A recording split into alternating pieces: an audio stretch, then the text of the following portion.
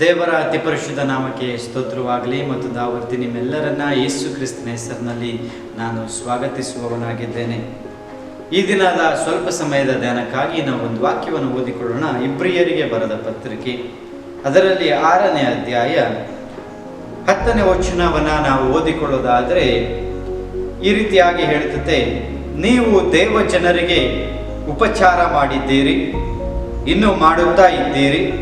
ಈ ಕೆಲಸವನ್ನ ಇದರಲ್ಲಿ ನೀವು ದೇವರ ನಾಮದ ವಿಷಯವಾಗಿ ತೋರಿಸಿದ ಪ್ರೀತಿಯನ್ನು ಆತನು ಮರೆಯುವುದಕ್ಕೆ ಅನ್ಯಾಯಗಸ್ತನಲ್ಲ ಎಂಬುದಾಗಿ. ಪ್ರಿಯ ದೇವ ಜನರೇ, ಈ ವಾಕ್ಯವನ್ನ ನಾವು ಗಮನಿಸೋದಾದ್ರೆ, ಈ ವಾಕ್ಯವನ್ನ ನಾವು ಧ್ಯಾನ ಮಾಡೋದಾದ್ರೆ, ಇಲ್ಲಿ ಇಬ್ರಿಯ ಪತ್ರಿಕೆ ಬರೆದಂತ ಈ ವ್ಯಕ್ತಿ, ಇಬ್ರಿಯ ಪತ್ರಿಕೆ ಜನರಿಗೆ, ವಿಶ್ವಾಸಿಗಳಿಗೆ ಬರೆಯಲ್ಪಟ್ಟಿದೆ.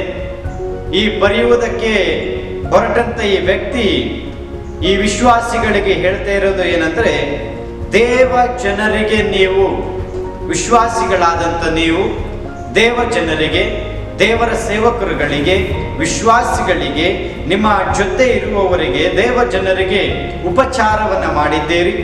ಇನ್ನು ಮುಂದೆ ಮಾಡ್ತಾ ಇದ್ದೀರಾ, ಇನ್ನು ಮುಂದೆಯೂ ಮಾಡ್ತೀರಾ.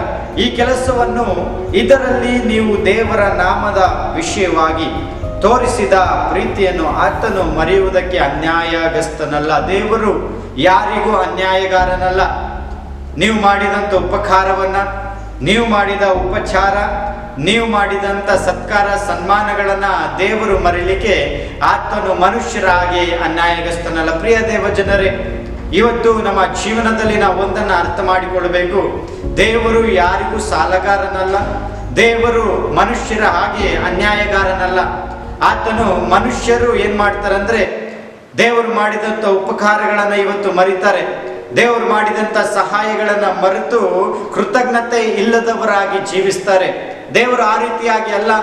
ಮನುಷ್ಯರು ಮಾಡುವಂಥದ್ದು, ವಿಶ್ವಾಸಿಗಳು ಮಾಡುವಂಥ ಉಪಚಾರವಾಗಲಿ, ಅವ್ರು ಮಾಡುವಂಥ ಸತ್ಕಾರ ಸನ್ಮಾನಗಳಾಗಲಿ ದೇವರು ಮರೆಯುವುದಕ್ಕೆ ಮನುಷ್ಯರ ಹಾಗೆ ಅನ್ಯಾಯಗಾರನಲ್ಲ.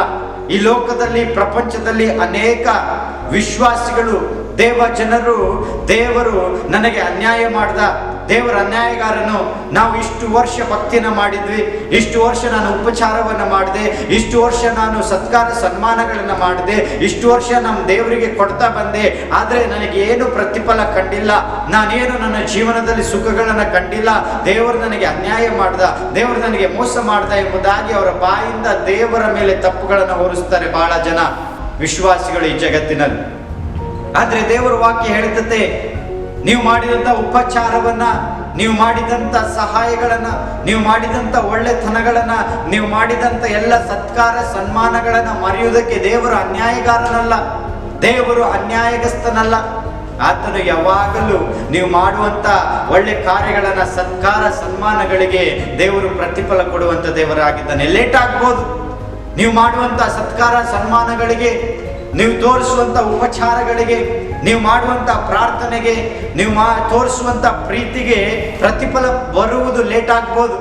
ಆದರೆ ಲೇಟ್ ಆದರೂ ಕೂಡ ದೇವರು ತನ್ನ ಸಮಯಕ್ಕೆ ಸರಿಯಾಗಿ ನಿಮ್ಮನ್ನ ಪರೀಕ್ಷೆ ಮಾಡಿ, ಆ ಪರೀಕ್ಷೆಯಲ್ಲಿ ನೀವು ನಂಬಿಗಸ್ತರಾಗಿ ಕಂಡು ಬಂದರೆ ದೇವರು ನಿಮ್ಮನ್ನ ಆಶೀರ್ವಾದ ಮಾಡಿ, ನಿಮ್ಮ ಕೃತ್ಯಗಳಿಗೆ ತಕ್ಕ ಹಾಗೆ, ನಿಮ್ಮ ನಡತೆಗೆ ತಕ್ಕ ಹಾಗೆ ದೇವರು ಪ್ರತಿಫಲ ಕೊಡ್ತಾನೆ. ದೇವರ ವಾಕ್ಯ ಈ ರೀತಿಯಾಗಿ ಹೇಳ್ತದೆ, ದೇವರು ಅವನವನ ನಡತೆಗೆ ಸರಿಯಾಗಿ ಪ್ರತಿಫಲ ಕೊಡ್ತಾನೆ ಎಂಬುದಾಗಿ. ಬಹಳ ಜನ ವಿಶ್ವಾಸಿಗಳು, ಬಹಳ ಜನ ದೇವ ಜನರು ಈ ಲೋಕದಲ್ಲಿ ಏನ್ ಮಾಡ್ತಾರೆ ಅಂದ್ರೆ, ದೇವರಿಗೆ ಸತ್ಕಾರ ಸನ್ಮಾನ ಮಾಡುವಾಗ, ದೇವ ಜನರಿಗೆ ಉಪಚಾರ ಮಾಡುವಾಗ, ದೇವರ ಸೇವಕರನ್ನ ಸತ್ಕಾರ ಸನ್ಮಾನ ಮಾಡಿ ಅವರಿಗೆ ಉಪಚಾರ ಮಾಡುವಾಗ ಒಂದು ಸುಮಾರು ವರ್ಷಗಳವರೆಗೆ ಅವರು ಮಾಡ್ತಾ ಇರ್ತಾರೆ. ಅವರಿಗೆ ಯಾವ ಪ್ರತಿಫಲ ಬರೋದು ಲೇಟ್ ಆದ ತಕ್ಷಣ ಅವ್ರು ಅಂದ್ಕೊಳ್ತಾರೆ, ದೇವರು ನಾನು ಮಾಡ್ತಾ ಇರೋದು ನೋಡ್ತಾ ಇಲ್ಲ, ದೇವರು ನನ್ನನ್ನು ಕೈ ಬಿಟ್ಟಿದ್ದಾನೆ, ದೇವರು ಅನ್ಯಾಯಗಾರನು. ಮನುಷ್ಯರಾಗಿ ಅವನು ಕೂಡ ಅನ್ಯಾಯಗಾರ. ಮನುಷ್ಯ ಹೇಗೆ ಉಪಕಾರಗಳನ್ನ ಕೃತಜ್ಞತೆ ಇಲ್ಲದವನಾಗಿ ಮರಿತಾನೋ, ಹಾಗೆ ದೇವರು ಕೂಡ ಮರೆತಿದ್ದಾನೆ ಎಂಬುದಾಗಿ ಅನೇಕ ದೇವ ಜನರ ಬಾಯಲ್ಲಿ, ವಿಶ್ವಾಸಿಗಳ ಬಾಯಲ್ಲಿ ಈ ತರ ಮಾತುಗಳು ಈಗಿನ ದಿನಮಾನಗಳಲ್ಲಿ ಬರ್ತಾ ಇದೆ. ಆದರೆ ಪ್ರಿಯ ದೇವ ಜನರೇ, ಈ ವಾಕ್ಯವನ್ನ ಕೇಳ್ತಿರುವಂತ ಪ್ರತಿಯೊಬ್ಬರು ನಾವೆಲ್ಲರೂ ಅರ್ಥ ಮಾಡಿಕೊಳ್ಬೇಕು. ದೇವರ ಹೆಸರಿನಲ್ಲಿ ನೀವು ಮಾಡುವಂತ ಉಪಚಾರಗಳು, ದೇವರ ಹೆಸರಿನಲ್ಲಿ ನೀವು ಮಾಡುವಂತ ಸತ್ಕಾರ ಸನ್ಮಾನಗಳನ್ನ ದೇವರು ಮರೆಯುವುದಕ್ಕೆ, ನೀವು ತೋರಿಸಿದಂತ ಪ್ರೀತಿಯನ್ನ ದೇವರು ಮರೆಯುವುದಕ್ಕೆ ಆತನು ಕೃತಜ್ಞತೆ ಇಲ್ಲದಂತ ದೇವರಾಗಿಲ್ಲ. ನೀವು ಮಾಡುವಂತ ಎಲ್ಲ ಉಪಚಾರಗಳನ್ನ, ಭಕ್ತಿಗಳನ್ನ, ಪ್ರಾರ್ಥನೆಗಳನ್ನ, ಸತ್ಕಾರ ಸನ್ಮಾನಗಳನ್ನ ಮರೆಯುವುದಕ್ಕೆ ದೇವರು ಅನ್ಯಾಯಗಸ್ತನಲ್ಲ. ದೇವರನ್ನ ಅನ್ಯಾಯಗಾರನಾಗಿ ಮಾಡಬೇಡ್ರಿ ಪ್ರಿಯ ದೇವ ಜನರೇ. ಇವತ್ತು ಬಹಳ ಜನ ಅವರ ಬಾಯಿಂದ ದೇವರನ್ನ ಅನ್ಯಾಯಗಾರನಾಗಿ ಮಾಡಿದ್ದಾರೆ, ದೇವರನ್ನ ಅನ್ಯಾಯಗಸ್ತನಾಗಿ ಮಾಡಿದ್ದಾರೆ. ದೇವರು ಯಾರಿಗೂ ಅನ್ಯಾಯ ಮಾಡುವುದಿಲ್ಲ, ದೇವರು ಯಾರಿಗೂ ಮೋಸ ಮಾಡೋದಿಲ್ಲ. ದೇವರು ವಾಕ್ಯ ಹೇಳ್ತದೆ, ಆತನು ವಾಗ್ದಾನಗಳನ್ನ ನೆನಪಿನಲ್ಲಿಟ್ಟುಕೊಂಡು ಅದನ್ನ ನೆರವೇರಿಸುವ ದೇವರು. ವಾಗ್ದಾನಗಳನ್ನ ನಿಮಗೆಲ್ಲ ಮಾಡಿದಂತ ವಾಗ್ದಾನಗಳನ್ನ ನಿಮ್ಮ ಜೀವಿತದಲ್ಲಿ, ನಿಮ್ಮ ಕುಟುಂಬಕ್ಕೆ, ನಿಮ್ಮ ಏಳಿಗೆಗೆ ಮಾಡಿರುವಂತ ಎಲ್ಲ ವಾಗ್ದಾನಗಳನ್ನ ನೆನಪಿನಲ್ಲಿಟ್ಟುಕೊಳ್ಳುವ ದೇವರು. ನೀವು ಮಾಡುವಂತ ಉಪಚಾರಗಳನ್ನ ಮರಿತಾನ? ನೀವು ಮಾಡುವಂತ ಸತ್ಕಾರ ಸನ್ಮಾನಗಳನ್ನ ದೇವರು ಎಂದಿಗೂ ಮರೆಯುವುದಿಲ್ಲ ಪ್ರಿಯ ದೇವ ಜನರೇ. ಯಾವಾಗ ಇಂಥ ಮಾತುಗಳು ದೇವ ಜನರ ಬಾಯಲ್ಲಿ ಬರ್ತದೆ, ದೇವರನ್ನು ಅನ್ಯಾಯ ಮಾಡಿದ, ದೇವರು ಅನ್ಯಾಯಗಸ್ತನು ಎಂಬುದಾಗಿ ಯಾವಾಗ ಈ ತರ ಮಾತುಗಳು ಬರ್ತದೆ ಅಂದ್ರೆ, ದೇವರಿಂದ ಬರುವಂತ ಪ್ರತಿಫಲಗಳು ಲೇಟ್ ಆದಾಗ, ನಮಗೆ ಕಾಯುವುದಕ್ಕೆ ತಾಳ್ಮೆ ಇಲ್ಲದೆ ಇರುವಾಗ ನಾವೇನ್ ಮಾಡ್ತೀವಿ? ದೇವರಿಗೆ ವಿರೋಧವಾಗಿ ಗುಣಗುಡ್ತೇವೆ, ದೇವರಿಗೆ ವಿರೋಧವಾಗಿ ಮಾತಾಡ್ತೇವೆ. ದೇವರು ಯಾರಿಗೂ ಅನ್ಯಾಯಗಾರನಲ್ಲ. ಪ್ರಿಯ ದೇವ ಜನರೇ, ಅಪೊಸ್ತಲರ ಕೃತ್ಯ 10ನೇ ಅಧ್ಯಾಯದಲ್ಲಿ ನಾವು ನೋಡೋದಾದ್ರೆ, ಅಲ್ಲಿ ಭಕ್ತನಾದಂತ ಒಬ್ಬ ಕೊರ್ನೇಲಿಯನ್ ಎಂಬುದಾಗಿ ನಾವು ನೋಡುತ್ತೇವೆ. ಅವನಿಗೆ ಒಂದು ದಿವಸ ಮಧ್ಯಾಹ್ನದ 3 ಗಂಟೆ ಜಾವದಲ್ಲಿ, ಮಧ್ಯಾಹ್ನ 3 ಗಂಟೆ ಸುಮಾರು, ದೇವದೂತನ ಅವನಿಗೆ ಪ್ರತ್ಯಕ್ಷನಾಗಿ ಹೇಳ್ತಾನೆ, ಕೊರ್ನೇಲನೇ, ನೀನು ಮಾಡಿದಂತ ಎಲ್ಲ ದಾನ ಧರ್ಮಗಳು, ನೀನು ಮಾಡಿದಂತ ಎಲ್ಲ ಸತ್ಕಾರ ಸನ್ಮಾನಗಳು, ನೀನು ಮಾಡಿದಂತ ಪ್ರಾರ್ಥನೆ, ನಿನ್ನ ಒಳ್ಳೆತನ ಎಲ್ಲವೂ ದೇವರಿಗೆ ಜ್ಞಾಪಕಾರ್ಥವಾಗಿ ಏರಿ ಬಂದವು ಎಂಬುದಾಗಿ. ಈಗ ದೇವರು ನಿನ್ನನ್ನ ಆಶೀರ್ವಾದ ಮಾಡಲಿಕ್ಕೆ, ನಿನ್ನನ್ನ ಮೀಟ್ ಮಾಡಲಿಕ್ಕೆ, ನಿನ್ನ ಕುಟುಂಬವನ್ನು ಮುಟ್ಲಿಕ್ಕೆ ಇಳಿದು ಬರ್ತಾ ಇದ್ದಾನೆ ಎಂಬುದಾಗಿ ದೇವದೂತನು ಕೊರ್ನೇಲನಿಗೆ ದೇವರ ಮುಖಾಂತರವಾಗಿ ಹೇಳಿದ. ಪ್ರಿಯ ದೇವ ಜನರೇ, ಹಾಗಾದ್ರೆ ಕೊರ್ನೇಲನಿಗೆ ಹೇಗೆ ಪ್ರತಿಫಲ ಬಂತು? ನಾವು ಆ ವಾಕ್ಯವನ್ನ ನೋಡೋದಾದ್ರೆ, ಕೊರ್ನೇಲನು ನಿತ್ಯ ಪ್ರಕಾರವಾಗಿ, ಯಥಾರ್ಥ ಪ್ರಕಾರವಾಗಿ, ಪ್ರತಿನಿತ್ಯ, ದಿನಾಲು, ಡೈಲಿ ಅವನು ದೇವರ ಸನ್ನಿಧಾನಕ್ಕೆ ಬಂದು ಅವನು ಮಾಡುವಂತ ಕಾರ್ಯಗಳನ್ನ, ಅವನು ಮಾಡುವಂತ ದಾನ ಧರ್ಮಗಳನ್ನ, ಅವನ ಉಪಚಾರವನ್ನ, ಸತ್ಕಾರ ಸನ್ಮಾನವನ್ನ ಅವನು 1 ದಿನ ಮಾಡಲಿಲ್ಲ, 2 ದಿನ ಮಾಡಲಿಲ್ಲ, ವರ್ಷ ಮಾಡಲಿಲ್ಲ, 10 ವರ್ಷ ಮಾಡಲಿಲ್ಲ. ಅವನೇನ್ ಮಾಡ್ದ? ಬೈಬಲ್ ಹೇಳ್ತದೆ, ನಿತ್ಯ ಪ್ರಕಾರವಾಗಿ ಮಾಡ್ತಾ ಇದ್ದ. ಇದನ್ನ ನೋಡಿದ ದೇವರು ಅವನಿಗೆ ಒಂದು ದಿವಸ ಪ್ರತಿಫಲವನ್ನು ಕೊಟ್ಟ. ಅದು ಎಷ್ಟು ವರ್ಷ ಆದಮೇಲೆ ಬಂತು ಅವನಿಗೆ ಪ್ರತಿಫಲ ಎಂಬುದು ನಾವು ನೋಡೋದಾದ್ರೆ ಬೈಬಲಲ್ಲಿ ಅದಕ್ಕೆ ಆಧಾರಗಳಿಲ್ಲ. ಆದರೆ ಅವನು ದೇವರ ಸನ್ನಿಧಿಯಲ್ಲಿ ನಂಬಿಗಸ್ತನಾಗಿ ಆಸಕ್ತಿಯಿಂದ ಅವನು ಮಾಡುವಂತ ಉಪಚಾರಗಳನ್ನ, ಒಳ್ಳೆತನವನ್ನ, ಸತ್ಕಾರ ಸನ್ಮಾನಗಳನ್ನ ಬಿಡದೆ, ಬೇಜಾರು ಮಾಡಿಕೊಳ್ಳದೆ, ಅಯ್ಯೋ ನನಗೆ ಇನ್ನೂ ಪ್ರತಿಫಲ ಬಂದಿಲ್ವಲ್ಲ, ಅಯ್ಯೋ ದೇವರು ನನಗೆ ಇನ್ನೂ ಆಶೀರ್ವಾದ ಮಾಡಿಲ್ಲಲ್ಲ ಅಂತ ನಿಮ್ಮ ಹಾಗೆ ನಮ್ಮ ಹಾಗೆ ಅವನು ಗುಣಗುಟ್ಟಿ ದೇವರಿಗೆ ತೋರುವಂತ ಪ್ರೀತಿಯನ್ನ, ಉಪಚಾರವನ್ನ ಬಿಟ್ಟಿಲ್ಲ. ಅವನು ಕಂಟಿನ್ಯೂಸ್ ಆಗಿ, ಯಥಾ ಪ್ರಕಾರವಾಗಿ, ನಿತ್ಯವಾಗಿ, ಡೈಲಿ ಅವನದನ್ನ ಮಾಡ್ತಾ ಹೋಗುವಾಗ ಅವನ ನಂಬಿಗಸ್ತಿಕೆಯನ್ನು ನೋಡಿದ ದೇವರು, ಅವನ ಆಸಕ್ತಿಯನ್ನ ನೋಡಿದ ದೇವರು ಅವನಿಗೆ ಒಂದು ದಿವಸ ತನ್ನ ದೂತರ ಮುಖಾಂತರವಾಗಿ ಪ್ರತಿಫಲವನ್ನ ಕೊಡ್ಲಿಕ್ಕೆ ರೆಡಿ ಆಗ್ತಾ ಇದ್ದಾನೆ. ಪ್ರಿಯ ದೇವ ಜನರೇ, ಇವತ್ತು ನಾವು ಮಾಡುವಂತ ಕಾರ್ಯ, ನೀವು ಮಾಡುವಂತ ಕಾರ್ಯ ಏನೇ ಆಗಿರ್ಬೋದು, ಅದು ಉಪಚಾರ ಆಗಿರ್ಬೋದು, ಸತ್ಕಾರ ಸನ್ಮಾನ ಆಗಿರ್ಬೋದು, ದೇವರಿಗೆ ಕೊಡೋ ವಿಷಯದಲ್ಲಿ ಆಗಿರ್ಬೋದು, ಯಾವುದೇ ಆಗಿರ್ಬೋದು, ಬಡವರಿಗೆ ದಯೆ ತೋರಿಸುವಂತ ಯಾವುದಾದ್ರೂ ವಿಷಯಗಳಲ್ಲಾಗಿರ್ಬೋದು, ನೀವು ಅದನ್ನ ಮಾಡ್ತಾ ಬರ್ತಾ ಇರೋದಾದ್ರೆ, ಖಂಡಿತವಾಗಿ ಅದನ್ನ ಕಂಟಿನ್ಯೂಸ್ ಆಗಿ ಮಾಡ್ತಾ ನೀವಿರೋದಾದ್ರೆ, ಒಂದು ದಿನ ದೇವರ ಪ್ರತಿಫಲ ನಿಮ್ಮ ಮೇಲೆ ಇಳಿದು ಬರ್ತದೆ. ಬಹಳ ಜನಕ್ಕೆ ತಾಳ್ಮೆ ಇಲ್ಲ. ವಿಶ್ವಾಸಿಗಳಾದಂತ ನಮಗೆ, ದೇವರ ಸೇವಕರಾದಂತ ನಮಗೆ, ಇವತ್ತು ಅನೇಕ ಕ್ರೈಸ್ತರಿಗೆ ತಾಳ್ಮೆ ಇಲ್ಲದ ಕಾರಣ ಪ್ರತಿಫಲ ಬೇಗ ಬೇಕು ಎಂಬುದಾಗಿ ಅವರು ಆಲೋಚಿಸುವುದರಿಂದ, ನಿರೀಕ್ಷೆ ಮಾಡೋದ್ರಿಂದ ಅವರಿಗೆ ತಾಳ್ಮೆ ಕಳೆದುಕೊಂಡು ಅವರು ದೇವರಿಗೆ ವಿರೋಧವಾಗಿ ಮಾತಾಡ್ತಾರೆ. ಇನ್ನೂ ನನಗೆ ಪ್ರತಿಫಲ ಬಂದಿಲ್ವಲ್ಲ, ಮನುಷ್ಯರ ಹಾಗೆ ದೇವರ ಅನ್ಯಾಯಗಾರನೇನೋ, ಮನುಷ್ಯನ ಹಾಗೆ ದೇವರು ಕೂಡ ಅನ್ಯಾಯಗಸ್ತನಾಗಿದ್ದಾನೆ. ದೇವರು ನನ್ನನ್ನು ಕೈ ಬಿಟ್ಬಿಟ್ಟು ಅನೇಕ ವಿಶ್ವಾಸಿಗಳು ಪಾಸ್ಟ್ರಿಗೆ ಹೇಳ್ತಾರೆ, ಪಾಸ್ಟ್ರೇ ದೇವರು ನನಗೆ ಮೋಸ ಮಾಡ್ದ, ದೇವರು ನನಗೆ ಅನ್ಯಾಯ ಮಾಡ್ದ, ದೇವರು ನನಗೆ ಅಕ್ರಮ ಮಾಡ್ದ, ಮೋಸ ಮಾಡ್ದ ಎಂಬುದಾಗಿ ಹೇಳ್ತಾರೆ. ಪ್ರಿಯ ದೇವ ಜನರೇ, ಪ್ರಿಯ ವಾಕ್ಯವನ್ನ ಕೇಳ್ತಿರುವಂತ ಸೋದರರೇ, ಸೋದರಿಯರೇ, ದೇವರು ಯಾರಿಗೂ ಮೋಸ ಮಾಡೋದಿಲ್ಲ. ಇದುವರೆಗೂ ನೀವು ಆ ರೀತಿಯಾಗಿ ನಿಮ್ಮ ಬಾಯಿಂದ ಹೇಳಿರೋದಾದ್ರೆ ಇವತ್ತೇ ದೇವರ ಬಳಿಗೆ ಹೋಗಿ ನೀವು ಕ್ಷಮೆಯನ್ನ ಕೇಳ್ರಿ. ದೇವರು ಯಾರಿಗೂ ಅನ್ಯಾಯ ಮಾಡೋದಿಲ್ಲ. ದೇವರು ಯಾರಿಗೂ ಅನ್ಯಾಯಗಾರನಲ್ಲ. ದೇವರ ವಾಕ್ಯ ಸ್ಪಷ್ಟವಾಗಿ ನಮಗೆ ತಿಳಿಸ್ತಾ ಇದೆ.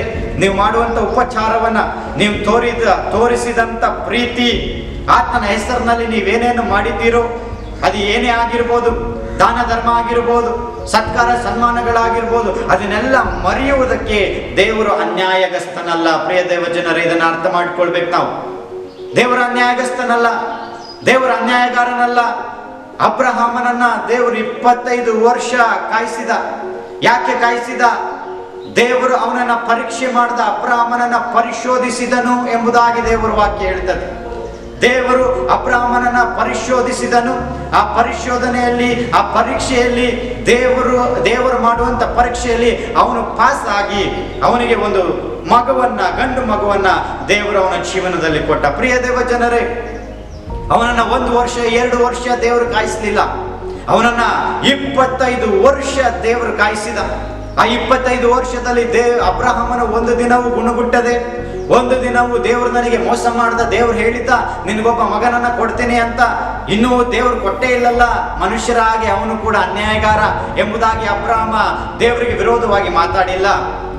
ಅವನು ನಂಬಿಗಸ್ತನಾಗಿ ದೇವರು ಹೇಳುವಂತ ಕಾರ್ಯಗಳನ್ನ ಅವನ ಜೀವನದಲ್ಲಿ ಮಾಡ್ತಾ ಹೋದ.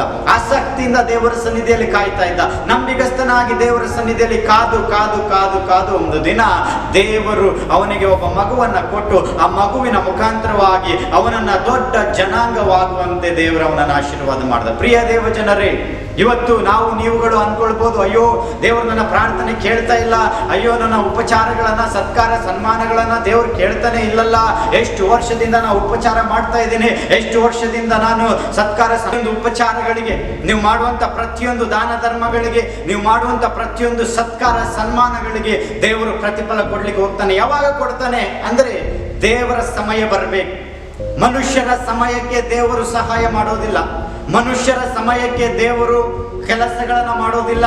ದೇವರದೇ ಆದಂತ ಒಂದು ಸಮಯ ಇದೆ. ಆ ಸಮಯದಲ್ಲಿ ದೇವರು ಕೆಲಸ ಕಾರ್ಯಗಳನ್ನು ಮಾಡ್ತಾನೆ. ಆ ಸಮಯದಲ್ಲಿ ದೇವರು ಮನುಷ್ಯರಿಗೆ ಪ್ರತಿಫಲ ಕೊಡ್ತಾನೆ.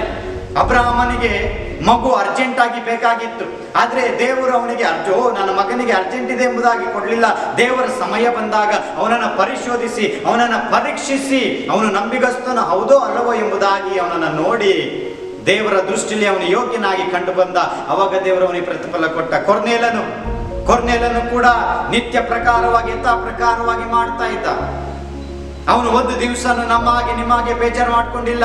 ಅಯ್ಯೋ ನಾನು ಪ್ರತಿನಿತ್ಯ ಪ್ರಾರ್ಥನೆ ಮಾಡ್ತಾ ಇದ್ದೀನಿ, ಒಳ್ಳೆ ಕಾರ್ಯಗಳನ್ನು ಮಾಡ್ತಾ ಇದ್ದೀನಿ, ಎಲ್ಲ ಮಾಡ್ತಾ ಇದ್ದೀನಿ, ಯಥಾ ಪ್ರಕಾರ ಮಾಡ್ತಾ ಇದ್ದೀನಿ, ದೇವರು ನನಗೆ ಇನ್ನೂ ಉತ್ತರ ಕೊಟ್ಟಿಲ್ವಲ್ಲ, ಇನ್ನೂ ಆಶೀರ್ವಾದ ಕೊಟ್ಟಿಲ್ವಲ್ಲ, ದೇವರ ಅನ್ಯಾಯಗಾರನಾ ಎಂಬುದಾಗಿ ಅವನು ಪ್ರಶ್ನೆ ಮಾಡಲಿಲ್ಲ. ಅವನಿಗೆ ಗೊತ್ತಿತ್ತು, ನನ್ನ ದೇವರು ಅನ್ಯಾಯಗಾರನಲ್ಲ, ಆತನು ಯಾರಿಗೂ ಮೋಸ ಮಾಡೋದಿಲ್ಲ, ಆತನು ಯಾರಿಗೂ ಅನ್ಯಾಯಗಸ್ತನಲ್ಲ, ಮನುಷ್ಯರ ಹಾಗೆ ಅವನು 2 ಮಾತು ಉಳ್ಳವನಲ್ಲ.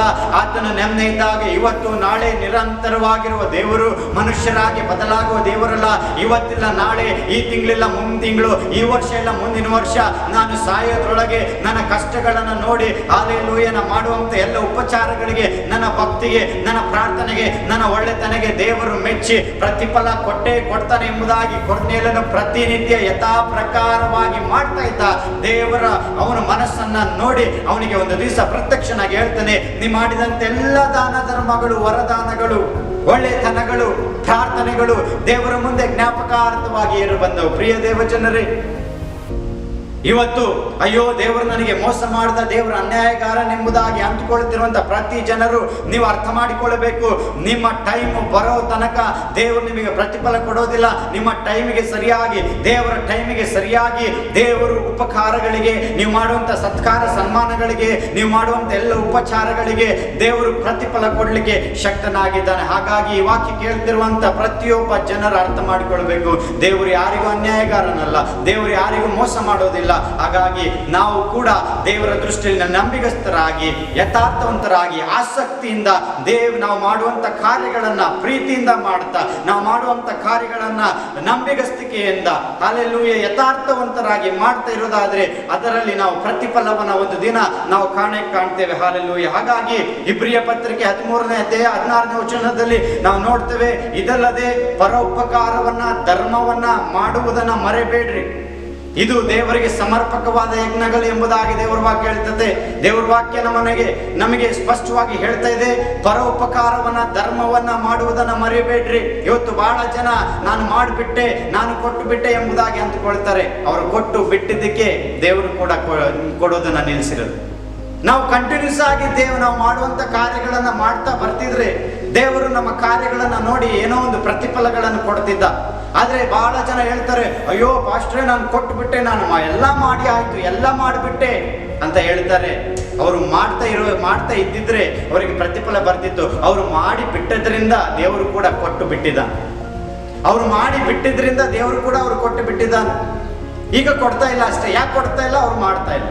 ಹಲ್ಲೆಲೂಯಾ. ಹಾಗಾಗಿ ನಾವು ಒಂದನ್ನು ಅರ್ಥ ಮಾಡಿಕೊಳ್ಬೇಕು, ಯಾರ್ಯಾರು ದೇವರಲ್ಲಿ ನಂಬಿಗಸ್ತರಾಗಿ ಯಥಾರ್ಥವಂತರಾಗಿ ಆಸಕ್ತಿಯಿಂದ ಮಾಡುವಂತ ಕೆಲಸಗಳನ್ನ, ಮಾಡುವಂತ ಧರ್ಮ ಕಾರ್ಯಗಳನ್ನ, ಉಪಚಾರವನ್ನ, ಹಲ್ಲೆಲೂಯಾ, ಸತ್ಕಾರ ಸನ್ಮಾನವನ್ನ, ಪ್ರೀತಿಯನ್ನ ದೇವ ಜನರಿಗೆ ಕಂಟಿನ್ಯೂಸ್ ಆಗಿ ಸ್ವಾರ್ಥವಿಲ್ಲದೆ ಆಸಕ್ತಿಯಿಂದ ನಂಬಿಗಸ್ತರಾಗಿ ಮಾಡ್ತಾ ಇರ್ತಾರೋ ಅವರಿಗೆ ದೇವರು ಅವರ ನಂಬಿಗಸ್ತಿಕೆಯನ್ನು ನೋಡಿ ಪ್ರತಿಫಲ ಕೊಟ್ಟೆ ಕೊಡ್ತಾನೆ. ಹಾಗಾಗಿ 91ನೇ ಕೀರ್ತನೆ 14ನೇ ವಚನದಲ್ಲಿ ನಾವು ನೋಡ್ತೇವೆ, ಅವನು ನನ್ನಲ್ಲಿ ಆಸಕ್ತನಾಗಿರುವುದರಿಂದ ಅವನನ್ನ ರಕ್ಷಿಸ್ತಾನೆ, ಉದ್ಧಾರ ಮಾಡ್ತಾನೆ ಎಂಬುದಾಗಿ. ನಾವು ಆಸಕ್ತಿಯಿಂದ ದೇವರ ಕಾರ್ಯಗಳನ್ನು ಮಾಡ್ತೇವೆ. ಈ ಎಲ್ಲ ಕಾರ್ಯಗಳನ್ನು ಆಸಕ್ತಿಯಿಂದ ಮಾಡೋದಾದ್ರೆ ದೇವರು ಪ್ರತಿಫಲ ಕೊಟ್ಟೆ ಕೊಡ್ತಾನೆ. ಹಾಗಾಗಿ ನೀವು ಮಾಡುವಂತ ಉಪಕಾರ, ನೀವು ಮಾಡುವಂತ ಉಪಚಾರ, ನೀವು ಮಾಡುವಂತ ಎಲ್ಲ ಒಳ್ಳೆ ಕಾರ್ಯಗಳು, ಹಲ್ಲೆಲೂಯಾ, ನೀವು ಮಾಡುವಂತ ಎಲ್ಲ ಸತ್ಕಾರ ಸನ್ಮಾನಗಳು, ಪ್ರೀತಿಯನ್ನ ಮರೆಯುವುದಕ್ಕೆ ದೇವರು ಅನ್ಯಾಯಗಾರನಲ್ಲ. ಅನ್ಯಾಯಗಸ್ತನಾಗಿ ನಾವು ಅವನನ್ನ ಮಾಡಬಾರ್ದು, ವಿರೋಧವಾಗಿ ದೇವರಿಗೆ ಮಾತಾಡಬಾರ್ದು. ಹಾಗಾಗಿ ನಾವು ಒಂದನ್ನು ಅರ್ಥ ಮಾಡಿಕೊಳ್ಳೋಣ, ಇಲ್ಲಿವರೆಗೂ ನಾವು ಆ ರೀತಿಯಾಗಿ ಆಲೋಚನೆ ಮಾಡಿದ್ರೆ ದೇವರ ಹತ್ರ ಕ್ಷಮೆ ಕೇಳೋಣ. ದೇವರು ಯಾರಿಗೂ ಮೋಸ ಮಾಡೋದಿಲ್ಲ, ಯಾರಿಗೂ ಅನ್ಯಾಯಗಸ್ತನಲ್ಲ, ಯಾರಿಗೂ ಅನ್ಯಾಯಗಾರನಲ್ಲ. ಹಲ್ಲೆಲೂಯಾ. ಹಾಗಾಗಿ ನಾವು ಇದನ್ನು ಅರ್ಥ ಮಾಡಿಕೊಂಡು ದೇವರ ಹತ್ರ ಕ್ಷಮೆ ಕೇಳಿ ನಾವು ದೇವರಲ್ಲಿ ಮಾಡುವಂತ ಕಾರ್ಯಗಳನ್ನು ಇನ್ನೂ ಹೆಚ್ಚಾಗಿ ಮಾಡೋಣ. ದೇವರ ವಾಕ್ಯದ ಮುಖಾಂತರವಾಗಿ ನಿಮ್ಮೆಲ್ಲರನ್ನ ಹೇರಳವಾಗಿ ಆಶೀರ್ವಾದ ಮಾಡಲಿ. ಆಮೇಲೆ